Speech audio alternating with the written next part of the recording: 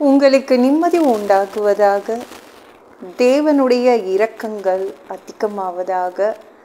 தேவன் என்ன சொல்கிறாங்கன்னா, சங்கீதம் 32:10, கர்த்தரை நம்பி இருக்கிறவனையோ கிருபை சூழ்ந்து கொள்ளும்.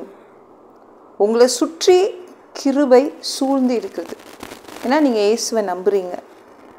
நிறையா நம்மளை சுற்றி சதி வேலைகள் நடக்கும். நிறைய மனிதர்கள் தந்திரமாக எப்படி உங்களை கவிழ்க்கணும் அப்படின்னு சதி செய்வாங்க. அது குடும்பத்திலேயோ இல்லைன்னா சொந்தக்காரங்க மத்தியிலையோ இல்லைன்னா உங்கள் வேலையிலையோ உங்கள் வியாபாரமோ ஏதோ ஒன்றில் சதி வேலைகள். அதெல்லாம் என்ன தடுக்கும்னா இந்த கிருபைகள் தான். உங்களை சுற்றி இயேசுவை நம்ப உங்களை சுற்றி கிருபைகள் சூழ்ந்து கொள்ளும். அப்போ இந்த மோசமான இந்த தந்திரங்கள், இந்த சதி வேலைகள் எதுவுமே உங்களை அட்டாக் பண்ண முடியாது. சரிங்களா?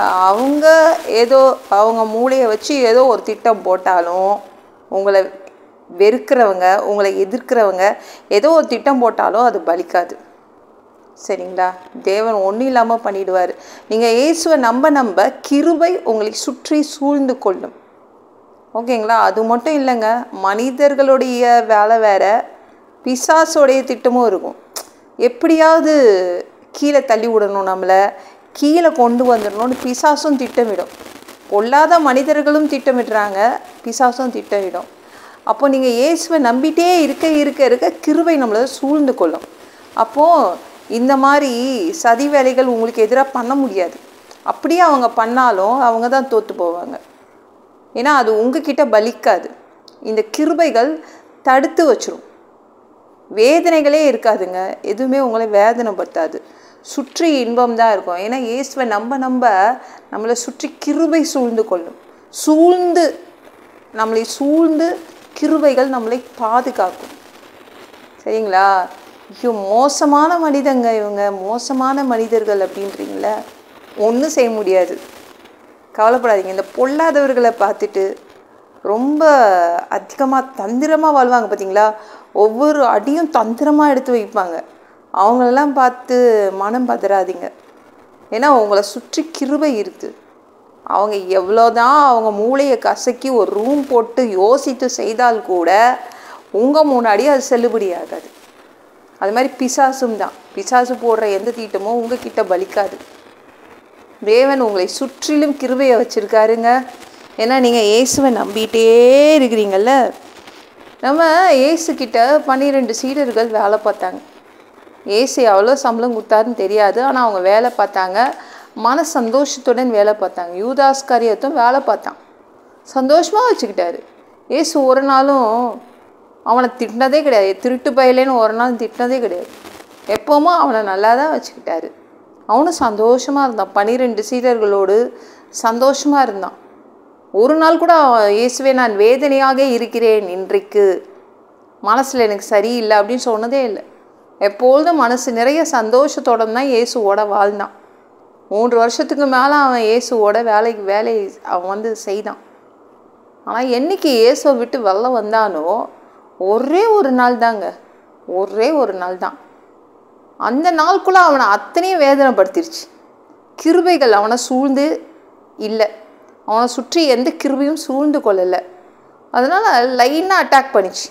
அவன் மனசை லைனாக அட்டாக் பண்ணிச்சு, தாக்கிச்சு. அவன் மனசை தான் டைரெக்டாக போய் தாக்கிச்சுங்க. பிசாசு பயங்கரமாக திட்டம் போட்டிருந்தான். யூதாஸ் காரியத்தை அவனை காலி பண்ணும்.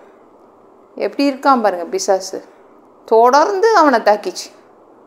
அவன் மனசை அப்படியே உடச்சி விட்ருச்சு. ஒன்றுமில்லாமல் போச்சு. ஐயோ, இவ்வளோதான் நம்ம வாழ்க்கை, ஒன்றும் இல்லை, நம்ம தோற்று போயிட்டோம், நம்ம ஒன்றும் இல்லை அப்படின்னு அவனை நம்ப வச்சு அவனை அழிச்சிருச்சு. ஒரே ஒரு நாள் தான் இயேசுக்கிட்டேருந்து வெளில வந்தான். அவனை சுற்றி கிருபைகள் இல்லாமல் போயிடுச்சு. நீங்கள் இயேசுவோட தான் இருக்கீங்க, இயேசுவை நம்பிகிட்டே இருக்கீங்கல்ல.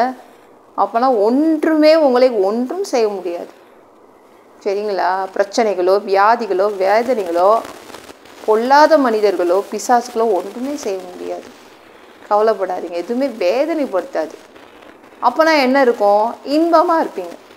எந்த பக்கம் பார்த்தாலும் சந்தோஷம் இருக்கும், இன்பங்கள் இருக்கும். ஓகேங்களா? என்னங்க இவங்க இவ்வளோ அறிவாளியாக இருக்காங்க, இவங்க அவ்வளோ தந்திரமாக ஐடியாலாம் கொடுக்குறாங்க, என்னை வந்து சாச்சிடுவாங்களோ, எதுவும் பண்ண முடியாது. உங்களுக்காக உங்களுடைய மூளை யார், உங்கள் பிரெயின் யார், தேவன். அவர் உங்களுக்காக யோசிப்பார். நீங்கள் ஜாலியாக இருங்க. உங்களுக்காக அவர் தந்திரமாக நடந்து பாருங்க, அவருக்கு தெரியும்.